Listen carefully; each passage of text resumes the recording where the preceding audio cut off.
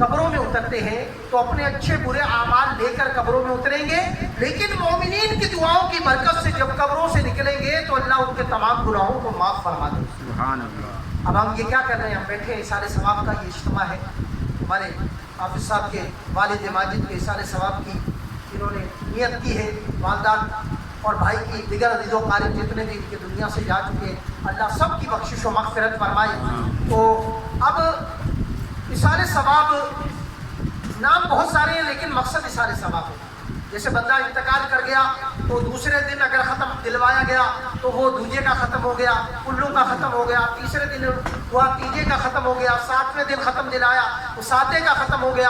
اسی طرح 40ویں دن کروایا یا 1-2 دن آگے پیچھے کر کروایا تو وہ 40ویں کا ختم ہو گیا۔ 6 ماہ کے بعد چھمائی کا ختم آ گیا، سال کے بعد برسی آ گئی۔ یہ دن نام مختلف ہیں لیکن ان سب کا مقصد کیا ہے؟ اثار ثواب کرنا۔ اثار ثواب کرنا یہ شرط نہیں کہ ٹینٹ لگیں گے، دیگیں پکیں گی تو تب اثار ثواب ہوگا، یہ شرط نہیں۔ اثار ثواب آپ نے جو بھی عمل کیا اس کو آپ فی الفور اثار ثواب کر سکتے ہیں، اور اثار ثواب کرنے میں فائدہ ہی فائدہ ہے، نقصان نہیں ہے۔ ہم اثار ثواب کرتے ہیں، ہم نے تلاوت قرآن پاک کی، درود پاک پڑھا، ذکر اذکار کیا، جو بھی عمل کیا، ہم عرض کرتے ہیں مولا جو میں نے یہ پڑھا فلاں فلاں فلاں کو یہ اثار ثواب کر رہا ہوں، ان سب کو اللہ تعالیٰ پورا ثواب عطا فرماتا ہے، اور اثار ثواب کرنے والے کے عمل میں بھی کوئی کمی نہیں آتی، بے شک اس کو بھی پورا ثواب کیا جاتا ہے۔ تو یہ اثار ثواب میں کوئی یوسی نہیں کرنی چاہیے۔ ہم جب اثار ثواب گائے بگائے کریں گے تو انشاءاللہ اس کا ہمیں دنیا میں بھی فائدہ ہوگا، دنیا سے جانے کے بعد بھی فائدہ ہوگا۔ نبی کریم رؤوف الرحیم صلی اللہ علیہ وسلم نے ارشاد فرمایا کہ کوئی بندہ فرض حج ادا کر چکا، فرض حج ادا کر لیا، اب اللہ تعالیٰ نے اس کو پھر توفیق دی، نفلی حج کے لیے جا رہا، تو کریم آقا صلی اللہ علیہ وسلم نے ارشاد فرمایا اگر وہ اپنے والدین کی طرف سے نیت کر لے گا تو اس کو بھی ثواب ملے گا اور والدین کو بھی ثواب مل جائے گا، اور اللہ تعالیٰ ایسا راضی اور خوش ہوگا، مزید اس کو 10 حج کا ثواب عطا فرمائے۔ سبحان اللہ۔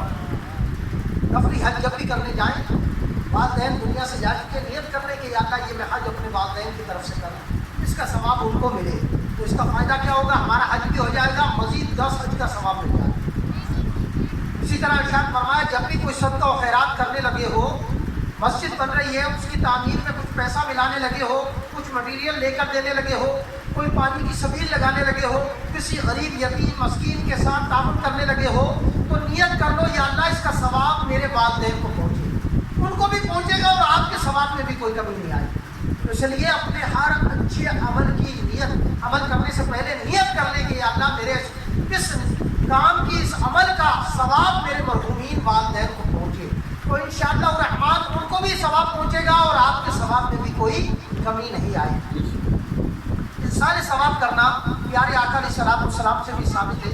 ترمذی شریف کی حدیث مبارکہ، نبی کریم علیہ السلام کو جب ام المومنین خدیجہ الکبریٰ رضی اللہ تعالیٰ عنہا کی یاد آتی تو آپ ایک مینڈا منگاتے، دمبا منگاتے، اس کو ذبح کرتے، اس کا گوشت بناتے، گوشت بنانے کے بعد وہ گوشت آپ کی سہیلیوں اور آپ سے محبت کرنے والوں کے گھر بھیجا کرتے۔ مفتی احمد یار خان نقوی رحمۃ اللہ علیہ اس حدیث مبارکہ کی شرح میں ارشاد فرماتے ہیں کہ اس حدیث مبارکہ سے ہمارے 2-3 مسئلے حل ہوئے۔ ایک تو ہم جب اپنے عزیز و اقارب کا دن منانے لگے، ان کو اثار ثواب کا ان کے لیے اہتمام کرنے لگے، یا تو ان سے محبت کرنے والوں کو، ان کے دوستوں کو، ان سے تعلق رکھنے والوں کو اس محفل میں بلا لیں، یا جو لنگر بنائے وہ ان کے گھر پہنچائیں۔ اس سے فائدہ کیا ہوگا؟ اس سے فائدہ یہ ہوگا ایک تو اثار ثواب پہنچے گا، دوسرا آپ کے اس مرحوم کے دل میں خوشی داخل ہوگی کہ میرے دنیا سے جانے کے بعد مجھ سے تعلق رکھنے والوں کو میرے گھر والوں نے یاد رکھا۔ اور کسی مومن کے دل میں خوشی داخل کرنا 60 سال کی نفلی عبادت سے افضل ہے، اور مرحومین کے دلوں کو خوش کرنا یہ اس سے بھی زیادہ ثواب کا کام ہے۔ اسی طرح